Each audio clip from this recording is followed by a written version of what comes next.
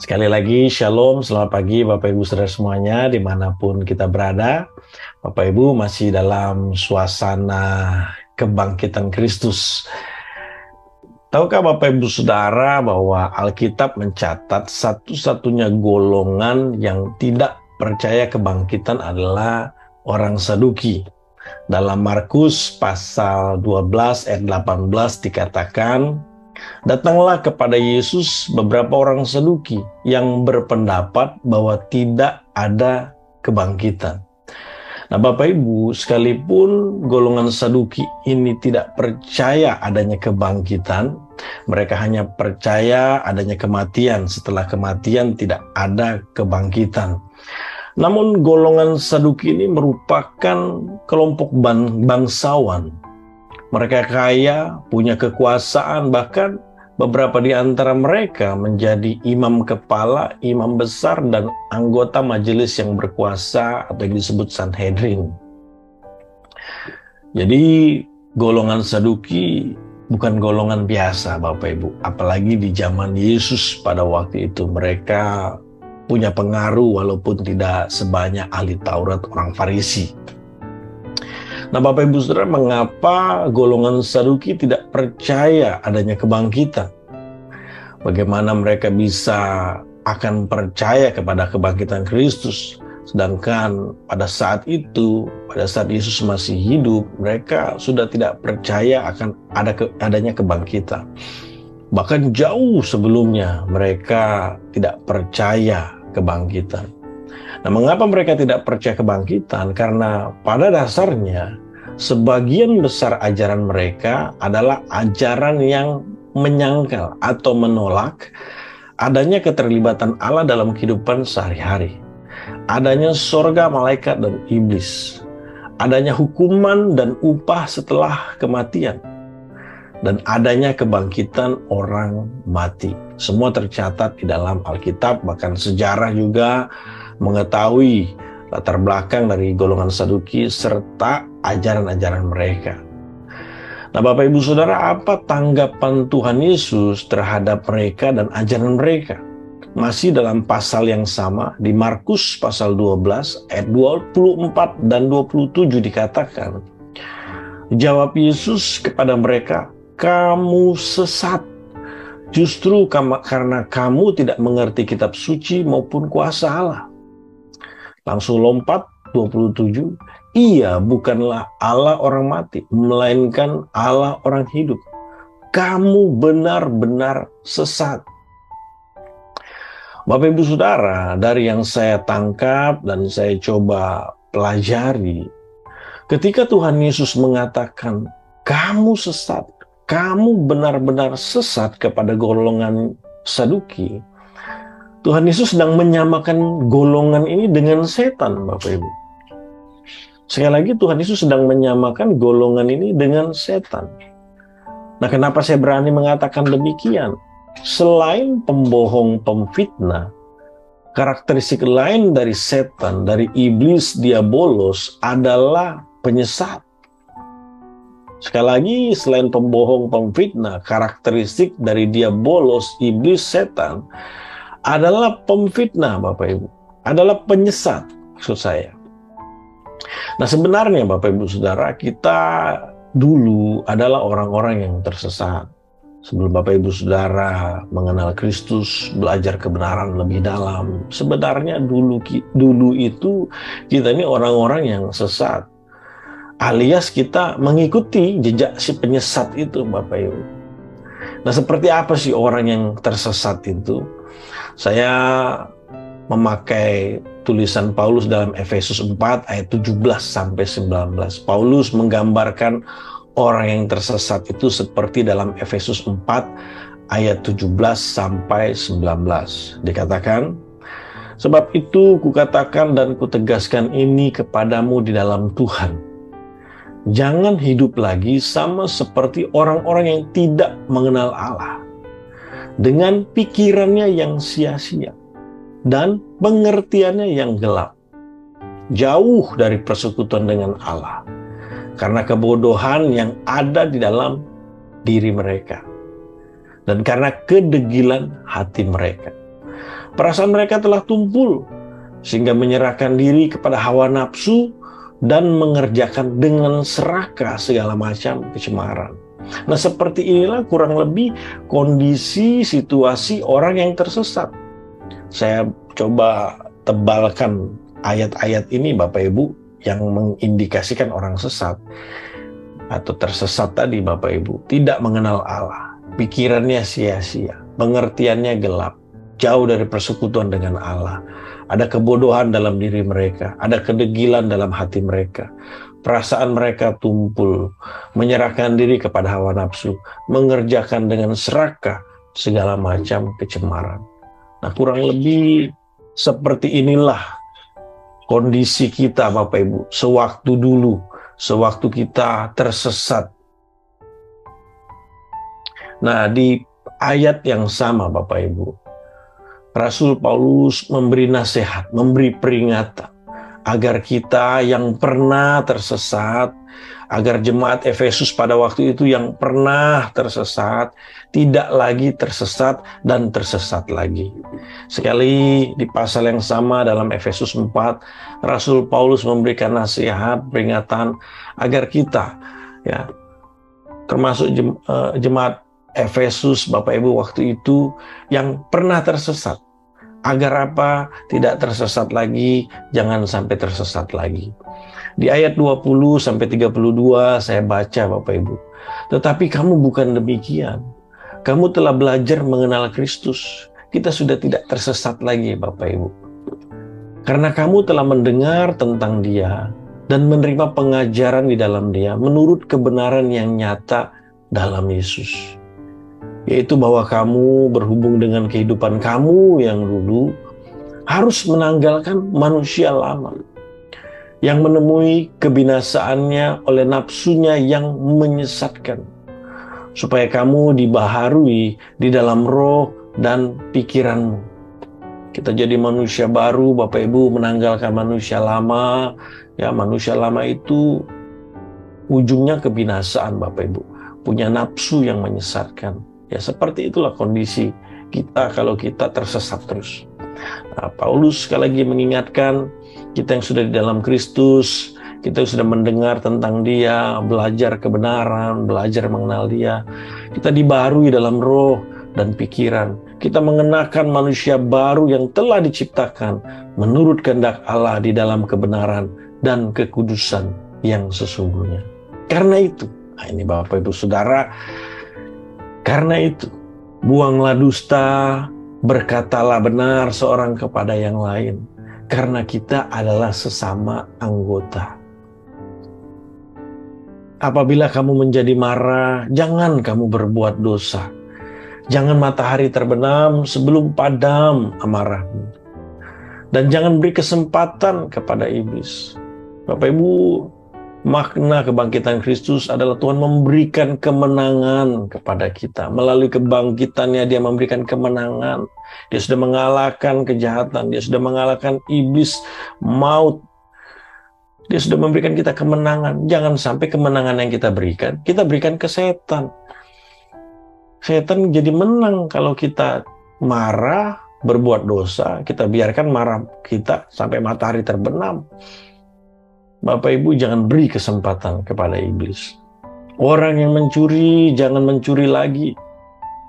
Tetapi baiklah ia bekerja keras dan melakukan pekerjaan yang baik dengan tangannya sendiri, supaya ia dapat membagikan sesuatu kepada orang yang berkekurangan. Jangan lagi ada perkataan kotor keluar dari mulutmu, tetapi pakailah perkataan yang baik untuk membangun, di mana perlu, supaya mereka yang mendengarnya beroleh kasih karunia.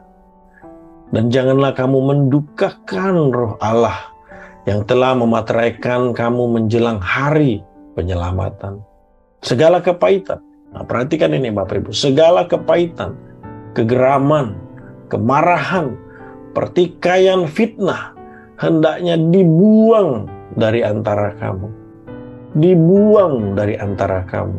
Demikian pula segala kejahatan.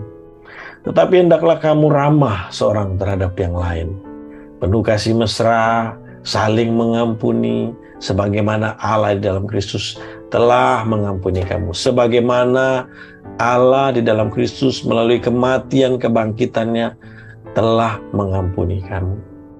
Bapak Ibu Saudara, ketika seseorang membiarkan dirinya tersesat dan tersesat lagi, maka ia berpotensi menjadi penyesat. Sekali lagi, ketika seseorang membiarkan dirinya tersesat dan tersesat lagi, maka ia berpotensi menjadi penyesat. Apalagi kalau keadaannya seperti orang Saduki.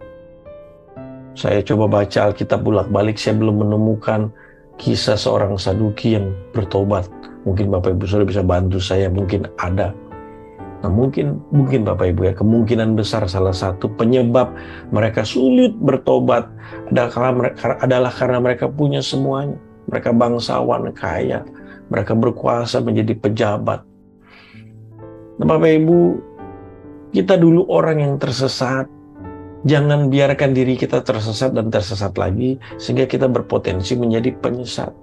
Apalagi kalau keadaan kita seperti orang Saduki. Bukannya kita nggak boleh jadi orang sukses, berhasil, kaya, terkenal. Tapi kita perlu waspada dan berhati-hati, Bapak Ibu. Seseorang yang punya semuanya itu memiliki celah yang lebih besar untuk tersesat dan tersesat lagi. Berbeda dengan orang yang tidak punya apa-apa. Ikut aja, Bapak Ibu, ngintil aja. Ya kan, Bapak Ibu Saudara ya. Nah, Bapak Ibu Saudara, tidak ada seorang pun yang mau disebut penyesat. Tidak ada yang mau disebut penyesat. Apalagi ketika dia sudah menjadi Kristen. Masa ke gereja tiap minggu, masa berkhotbah pelayanan disebut penyesat. Tidak ada Bapak Ibu yang mau disebut penyesat. Namun ketika seorang mengeraskan hatinya untuk tidak melakukan firman. Sekali lagi, ketika seorang mengeraskan hatinya untuk tidak melakukan firman, padahal ia telah menerima nasihat dan peringatan firman. Contohnya paling sederhana, Efesus 4 ayat 20-30, Bapak Ibu. Paulus sudah nasihati. Buang dusta, berkata jujur, berkata benar seorang pada yang lain. Kan nasihat firman yang sederhana, Bapak Ibu. Apalagi kepada sesama anggota, sama tubuh Kristus, sesama pasangan sendiri. Berkata benar seorang pada yang lain.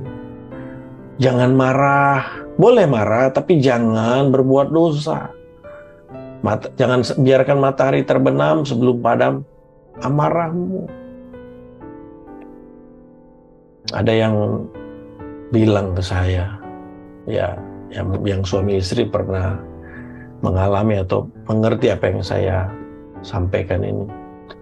Win, kok masalah keluarga nggak selesai-selesai ya? Masalahnya itu lagi. Ya, ini suami istri, Bapak Ibu. Ya, apa boleh dikata, Bapak Ibu Saudara? Ya, kita yang sudah berkeluarga pasti mengerti dan mengalami juga. Namanya dalam keluarga yang namanya berantem, ribut, marah-marahan, pasti ada, Bapak Ibu. Sampai tua, saya melihat orang tua saya pun di usia mereka sudah senja, ada juga, Bapak Ibu, berantem-berantemnya. Ada saja, Bapak Ibu. Ya, tapi kita diajar, Bapak Ibu, sebagai orang Kristen, boleh marah, tapi jangan berbuat dosa. Jangan matahari terbenam sebelum padam amarahmu. Jangan beri kesempatan kepada iblis. Itu tujuannya, Bapak Ibu.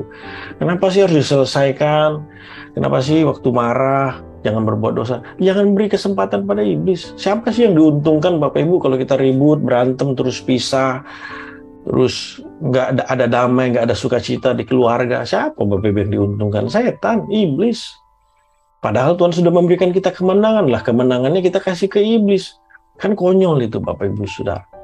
Nah, ini nasihat perintah yang sederhana sekali yang Paulus ajarkan kepada kita.